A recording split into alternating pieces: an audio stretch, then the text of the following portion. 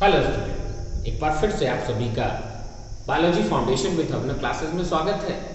तो जितना हम लोगों ने अभी तक पिछली क्लासेस में पढ़ लिया था, आपका रेप्लिकेशन पढ़ लिया था, ट्रांसक्रिप्शन पढ़ लिया था, ट्रांसलेशन पढ़ लिया था, जेनेटिक कोड के बारे में पढ़ लिया था, डीएनए आरएनए के बारे में पढ़ लिया था, पॉलीपेप्टाइड चेन के बारे में पढ़ लिया था, प्रोटीन के बारे में पढ़ लिया था। और कल की क्लास में हमने आपको बताया भी था कि अब हम लोग आगे क्या पढ़ेंगे कि जो प्रोटीन आपका बन गया है उसको रेगुलेट कैसे किया जाए, या जो जीन आपका एक्सप्रेस हो रहा है, जो प्रोटीन का फॉर्मेशन कर रहा है, उसको कैसे रेगुलेट करते हैं। उसी को आगे बढ़ाते हुए आज हम लोग जानेंगे कि रेगुलेशन ऑफ जीन एक्सप्रेशन, कि जीन को कैसे रेगुलेट किया जाता है। वैसे तो जीन रेगुलेशन की अगर बात करते हैं तो ये बहुत ही ब्रॉड एक लेवल होता है जीन के रेगुलेशन का, और डिफरेंट टाइप के रेगुलेशन होते हैं, प्रोकैरियोटिक सेल हो या यूकैरियोटिक सेल हो, क्योंकि जितने स्टेप होंगे आपके रेप्लिकेशन के, जितने स्टेप होंगे आपके ट्रांसक्रिप्शन के, जितने स्टेप होंगे आपके ट्रांसलेशन के, हर स्टेप में आपको जीन रेगुलेट कर सकते हो आप, क्योंकि जब उनके फॉर्मेशन को रोक दोगे तो ऑटोमेटिकली जीन रेगुलेट हो जाएगा। तो अगर हम जीन रेगुलेशन की बात करते हैं तो वेरियस लेवल है, लेकिन हमको यहाँ पे जो पढ़ना है वो ये पढ़ना है कि पॉलीपेप्टाइड के फॉर्मेशन के समय कैसे जीन को रेगुलेट किया जाता है, या अगर हम यूकैरियोटिक सेल की बात करें तो उस रेगुलेशन को इन 4 पॉइंट पे हम रेगुलेट कर सकते हैं। पहला आपका है ट्रांसक्रिप्शनल लेवल, मतलब कि जब ट्रांसक्रिप्शन होता है उस समय पे हम ये करें कि जो प्राइमरी ट्रांसक्रिप्ट का फॉर्मेशन होता है, मतलब ट्रांसक्रिप्शन जब आपकी शुरू होती है तो कहाँ से शुरू होती है, अगर आपको पिछली क्लासेस याद हो तो स्टार्ट पॉइंट से आपका ट्रांसक्रिप्शन शुरू होता है।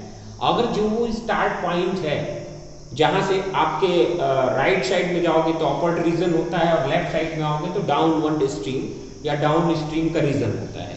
उस पॉइंट पे जो फॉर्मेशन होता है किसका, आरएनए पॉलीमरेज का या डीएनए पॉलीमरेज का। अगर पिछली क्लासेस आपको याद हो तो आरएनए पॉलीमरेज किसके केस में आता है, जब आरएनए का ट्रांसक्रिप्शन किया जाता है। डीएनए पॉलीमरेज किसके केस में आता है, जब डीएनए का ट्रांसक्रिप्शन किया जाता है।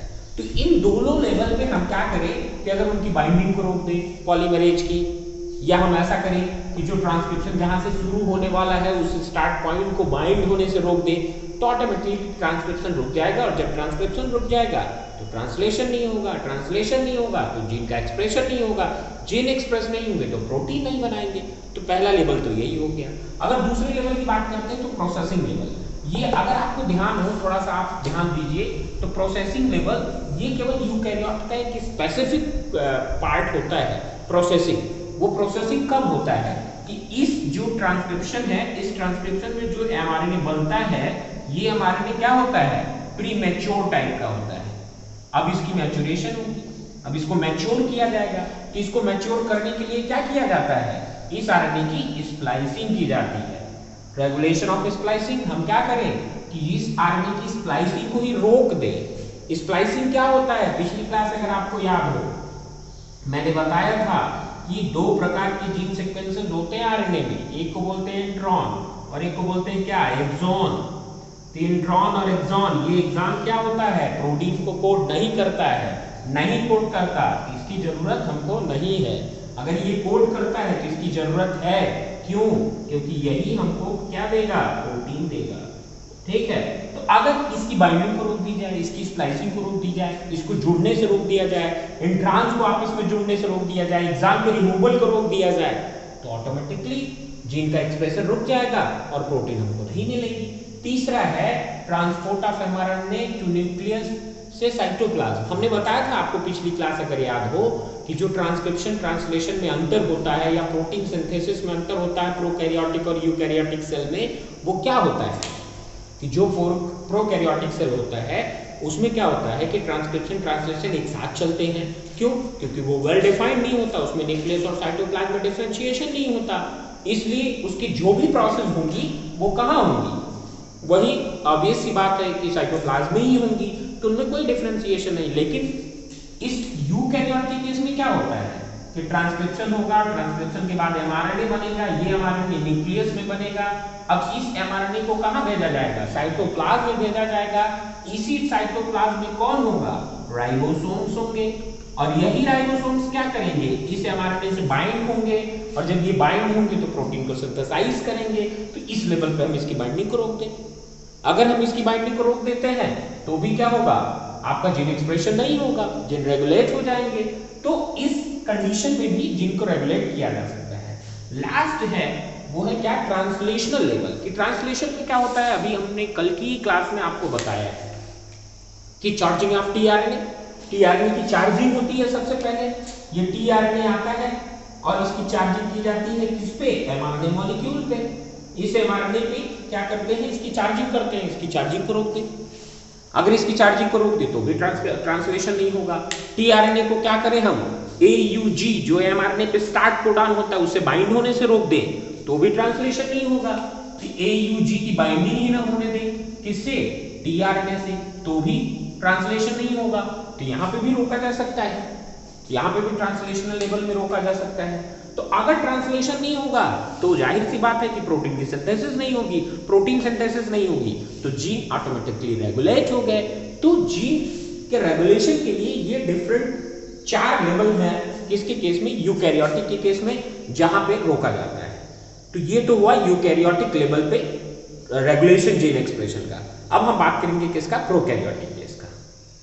तो अभी आपने देखा कि जो यूकैरियोटिक सेल्स होते हैं या यूकैरियोटिक कोशिका में किस प्रकार से जीन एक्सप्रेशन का रेगुलेशन होता है, किसकी साइड पे हो सकता है। अगर हम बात करते हैं कुछ प्रोकैरियोटिक सेल या बैक्टीरियल सेल की, तो सही बात देखा जाए तो जो जीन का एक्सप्रेशन है वो एक पर्टिकुलर फंक्शन के लिए परफॉर्म किया जाता है या एक स्पेसिफिक फंक्शन के लिए जीन एक्सप्रेस होते हैं। मतलब जितने भी जीन होंगे एक्सप्रेस, जीन एक्सप्रेशन का मतलब क्या होता है कि जो एंजाइम हो या प्रोटीन हो, इनका क्यों फॉर्मेशन होता है, इनका किस लिए फॉर्मेशन होता है, क्या काम होता है इनका। तो जितने भी एंजाइम है इनका एक स्पेसिफिक काम है, जितने प्रोटीन है इनका भी एक स्पेसिफिक काम होता है, उसी के लिए इनको सिंथेसाइज किया जाता है। अगर हम एग्जांपल की बात करें कि अगर ये जैसे एक एग्जांपल है कि बीटा गैलेक्टोसाइडेज एक एंजाइम है जो कहां पे सिंथेसाइज होता है, इकोलाई के अंदर। इकोलाई के अंदर ये सिंथेसाइज होता है क्या, बीटा गैलेक्टोसाइडेज। ये करता क्या है, ये एज अ कैटलिस्ट वर्क करता है, एक कैटलिस्ट का काम करता है। और कैटलिस्ट की तरह ये काम करेगा क्या, हाइड्रोलिसिस में। किसके हाइड्रोलिसिस में, डाइसैकेराइड के और लैक्टोज के। ये करता क्या है कि जब बीटा गैलेक्टोसाइडेज बनता है, कब, ट्रांसलेशन के पश्चात। ट्रांसलेशन के बाद जब ये बनेगा तो ये क्या करेगा, हाइड्रोलिसिस करेगा किसका, डाइसैकेराइड का और लैक्टोज का। और इसकी हाइड्रोलिसिस करके क्या बनाएगा, गैलेक्टोज बनाएगा अथवा ग्लूकोज बनाएगा। तो ये गैलेक्टोज और ग्लूकोज क्या होते हैं, एनर्जी सोर्स होते हैं। किनके, इस बैक्टीरिया के। इस बैक्टीरिया के क्या होंगे, ये एनर्जी सोर्स होंगे। और यही एनर्जी यूटिलाइज करके क्या करेगा, अपने मेटाबॉलिक एक्टिविटी को परफॉर्म करेगा। सपोज करो कि ऐसा हो कि इस बैक्टीरिया के चारों तरफ लैक्टोज न हो, एनर्जी सोर्स न हो, तो क्या इनकी मेटाबॉलिक एक्टिविटी होगी, नहीं होगी ना। तो इसीलिए कहा जाता है कि जो जीन एक्सप्रेशन का रेगुलेशन है ये मेटाबॉलिकली या फिजियोलॉजिकल लेवल पे भी या एनवायरमेंटल लेवल पे भी रेगुलेट ऑटोमेटिकली किया जा सकता है। क्यों, क्योंकि अगर जीन एक्सप्रेस होंगे या एंजाइम्स बनेंगे, उनका काम ही नहीं होगा, वो किसी काम को परफॉर्म ही नहीं करेंगे, तो ऐसे एंजाइम्स या ऐसे प्रोटीन की आवश्यकता क्यों है किसी भी सेल्स को। तो हम कह सकते हैं कि ये जो जीन एक्सप्रेशन है इसको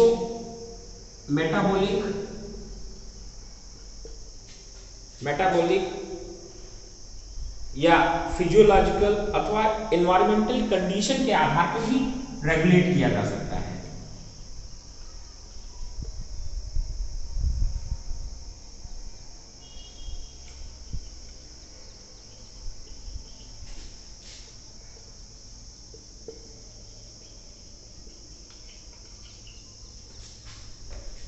एनवायरमेंटल कंडीशन के आधार पर भी इनको रेगुलेट किया जा सकता है।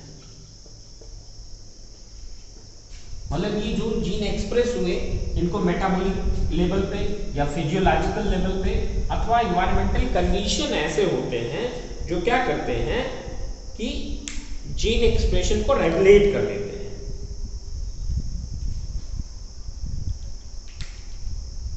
जैसे अगर हम बात करते हैं किसका, जो एम्ब्रियो का डिफरेंशिएशन होता है एडल्ट के केस में, एक एग्जांपल को अगर हम और बात करते हैं तो differentiation of embryo in adults.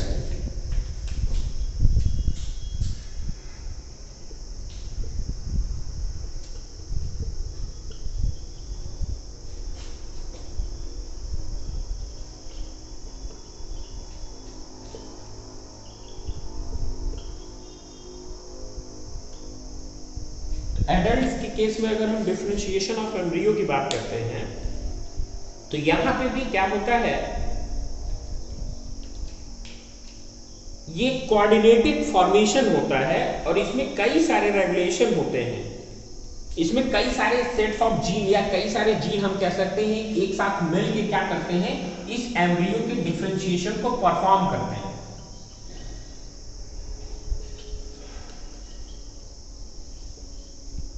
तो अगर ये जीन्स ना हो या सेट्स ऑफ जीन्स ना हो, एंजाइम्स ना हो, प्रोटीन ना हो, तो क्या होगा, एम्ब्रियो का डिफरेंशिएशन नहीं होगा। और अगर एम्ब्रियो डिफरेंशिएट नहीं होगा तो क्या होगा, सेल का फॉर्मेशन नहीं होगा, बॉडी का फॉर्मेशन नहीं होगा, बेबी बॉर्न नहीं करेगा। तो ये सब प्रोसेसेस हैं जो जीन एक्सप्रेशन को रोकते हैं। अगर हम बात करते हैं किसका, प्रोकैरियोटिक कोशिका, हमने अभी बताया आपको प्रोकैरियोटिक सेल में जीन एक्सप्रेशन को या जीन को रेगुलेट कैसे किया जाता है। तो अगर प्रोकैरियोट की बात करते हैं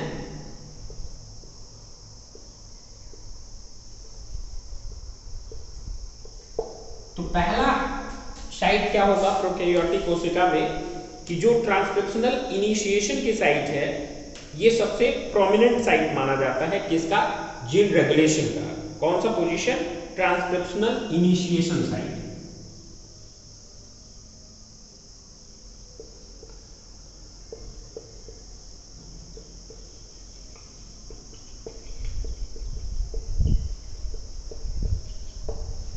जो ट्रांसक्रिप्शनल इनिशिएशन की साइट है, ये सबसे प्रोमिनेंट साइट होता है किसका, जीन रेगुलेशन का।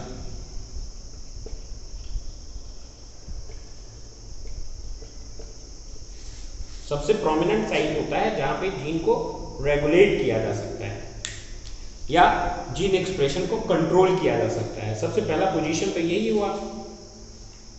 होता क्या है कि जब आरएनए पॉलीमरेज की बाइंडिंग को रोक दिया जाए, हमने बताया अभी आपको कि आरएनए जो पॉलीमरेज है, अगर इसकी बाइंडिंग को रोक दी जाए किससे, आपके आरएनए से, आरएनए पॉलीमरेज की बाइंडिंग जो होती है डीएनए अथवा आरएनए से, अगर हम इनकी बाइंडिंग की रोक दी जाए तो भी क्या होगा, जीन रेगुलेट हो जाएगा, जीन का रेगुलेशन हो जाएगा।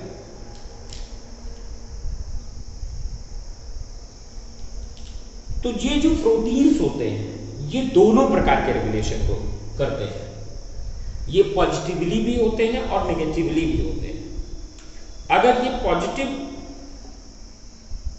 ये जो रेगुलेटरी प्रोटीन्स होते हैं, अगर ये क्या करते हैं कि अगर पॉजिटिवली होते हैं या पॉजिटिव होते हैं, नेचर में पॉजिटिवली किसी चीज को रोकते हैं, तो उस केस में इसको कहा जाता है एक्टिवेटर। और अगर ये नेगेटिव शो होते हैं तो उस केस में कहा जाता है क्या, रिप्रेशन। मतलब क्या करेंगे, जब जीन एक्सप्रेशन को ये बढ़ा देते हैं तो इनको एक्टिवेटर कहेंगे, और जीन एक्सप्रेशन को अगर ये रोक देंगे तो इनको रिप्रेशन कहा जाएगा। तो रेगुलेटरी जीन्स, वो जीन्स क्या होंगे, आरएनए पॉलीमरेज से बाइंड होंगे।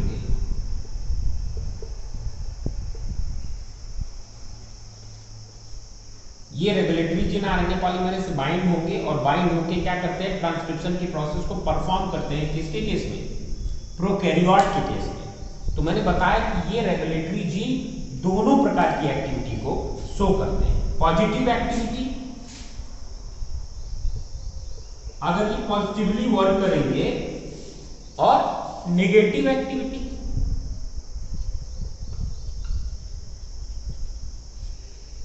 मतलब कि अगर ये पॉजिटिवली वर्क करते हैं किसमें, जीन एक्सप्रेशन को रोकने में, मतलब उसको रोक देते हैं जीन एक्सप्रेशन को, तो इनको हम किस नाम से जानेंगे, एक्टिवेटर के नाम से। क्यों, क्योंकि ये जीन एक्सप्रेशन को रोकने का काम कर रहे हैं, एक्टिवेट कर रहे हैं उसको रोकने के लिए, ठीक। और अगर ये नेगेटिव साइन देते हैं या नेगेटिवली परफॉर्म करते हैं तो इसको किस नाम से जानेंगे हम लोग, रिप्रेशन के नाम से। ये रिप्रेशन का वर्क करेगा यहाँ, और यहाँ पे एक्टिवेटर का वर्क करेगा। ये दोनों परफॉर्म रेगुलेटरी जीन देते हैं, एक्टिवेटर का भी और रिप्रेशर का भी। तो ये जो प्रोकैरियोटिक कोशिका होता है, उस प्रोकैरियोटिक कोशिका में जो क्या होता है, आपका प्रमोटर है। प्रमोटर रीजन कौन सा होता है? जहां से ट्रांसक्रिप्शन शुरू होती है, ठीक है। स्टार्ट पॉइंट, अगर पिछली क्लास अगर आपको याद हो, जो स्टार्ट पॉइंट होता है उसी को प्रमोटर रीजन कहा जाता है। तो ये जो प्रमोटर रीजन होता है प्रोकैरियोट के केस में,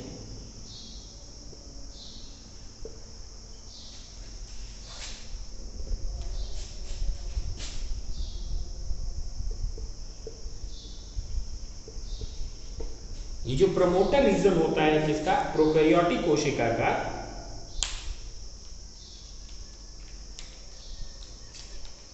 तो ये क्या किया जाता है? ज्यादातर केसेस में रेगुलेट किया जाता है किसके द्वारा? इंटरेक्शन ऑफ प्रोटीन, ठीक है। ये जो प्रमोटर रीजन होता है ये मैक्सिमम केस में किसके द्वारा रोका जाता है? Interaction of protein.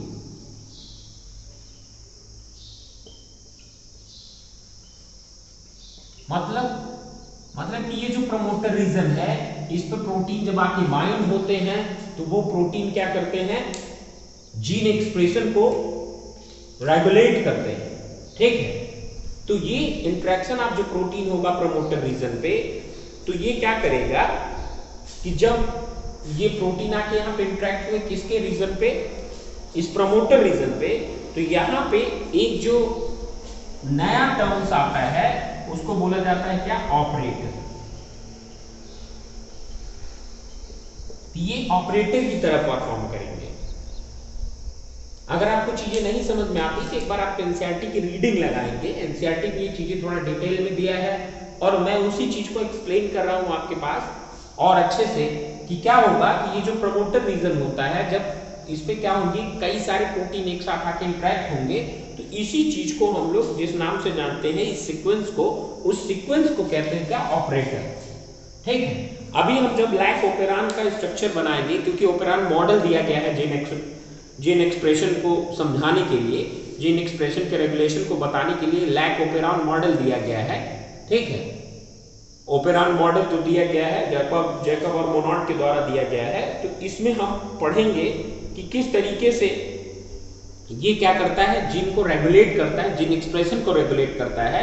तो ओपेरान मॉडल में जो आपका एमआरएनए मॉलिक्यूल है उसमें डिफरेंट साइट होते हैं, उसी साइट के बारे में हम लोग अभी आगे चल के स्टडी करेंगे। जब ओपेरान मॉडल को पढ़ेंगे, लैक ओपेरान मॉडल को पढ़ेंगे, तो उसमें जो डिफरेंट रीजन होता है, जैसे आपका ये पहले होगा प्रमोटर रीजन होगा, ठीक है, फिर यहाँ पे इनहेंसर रीजन होगा, ठीक, फिर इधर प्रमोटर रीजन, फिर यहाँ पे ऑपरेटर रीजन, जहां से मतलब शुरू होता है क्या?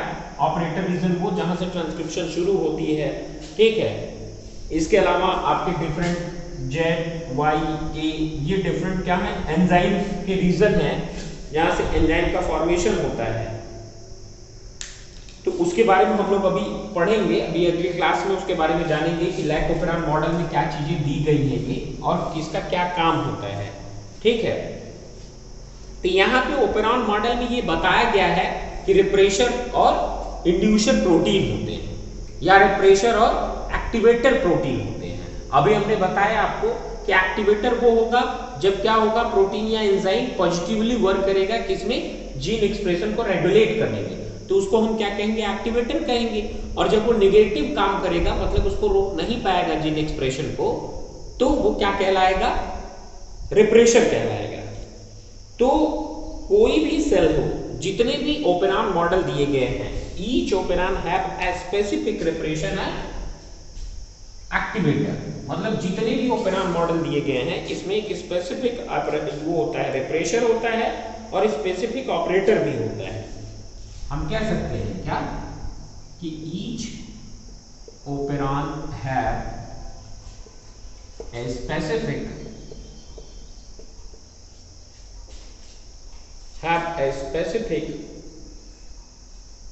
operator and a specific reparation.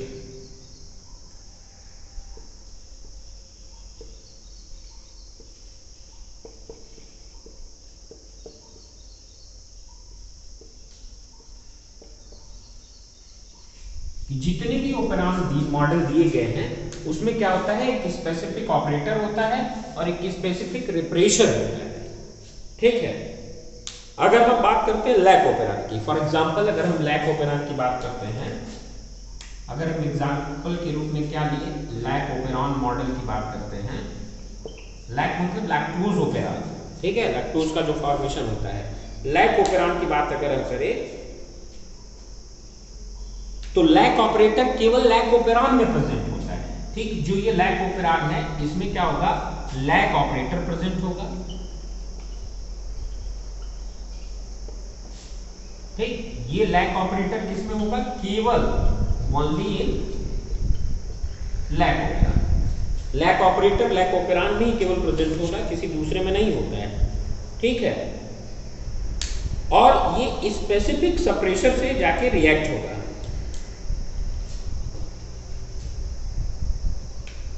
ठीक है। तो मतलब ये जो लैक ऑपरेटर है ये केवल लैक ऑपेरांड में होगा प्रेजेंट, और ये क्या करेगा, बाइंड होगा किससे, लैक रिप्रेशर से, और वो भी स्पेसिफिक लैक रिप्रेशर होगा किसमें, लैक ऑपेरांड मॉडल में। स्पेसिफिक लैक रिप्रेशर से जाके ये बाइंड होगा, और ऐसा केवल किसमें होगा, ओनली इन लैक ऑपेरांड मॉडल। मतलब हम कह रहे हैं कि जितने भी सेल्स होते हैं उन सभी के लिए क्या होगा, एक स्पेसिफिक टाइप का ऑपरेटर रीजन होता है और एक स्पेसिफिक टाइप का रिप्रेशर रीजन होता है, ठीक है। तो वो रिप्रेशर जब वहां आके बाइंड होता है तब ऑपरेटर एक्टिवेट होता है और तब जीन की सिंथेसिस होती है, ठीक है। और इसके लिए जो फर्दर स्टडी की गई उसमें ये बताया गया कि जब क्या हो कि इंड्यूसर एब्सेंट हो तो ये क्या करता है, ये ऑपरेटर इससे बाइंड नहीं करता, ऑपरेटर रिप्रेशर से बाइंड नहीं करता और जीन का एक्सप्रेशन नहीं होगा, मतलब जीन नहीं बनेंगे। और ऐसा हो कि इंड्यूसर प्रेजेंट हो तब क्या होगा, ये रिप्रेशर ऑपरेटर से बाइंड होगा और जीन एक्सप्रेस होने लगेंगे, ठीक है। ये अभी हम लोग पढ़ेंगे आगे की क्लास में, जब लैक ऑपेरांड मॉडल को पढ़ेंगे कि किस तरीके से बीटा गैलेक्टोसाइडेज बनता है, परमीएज बनता है, ट्रांसएसाइलेज बनता है, या ट्रांसक्रिप्शन कब होगा या कब नहीं होगा, ठीक है। तो हमको यही प्रोकैरियोटिक कोशिका के जीन एक्सप्रेशन के रेगुलेशन को पढ़ना है कि कब ट्रांसक्रिप्शन होगा या नहीं होगा, या कब ट्रांसलेशन होगा या नहीं होगा, क्योंकि उसी के केस में क्या होगा, ये ऑपेरांड मॉडल आता है, ठीक है।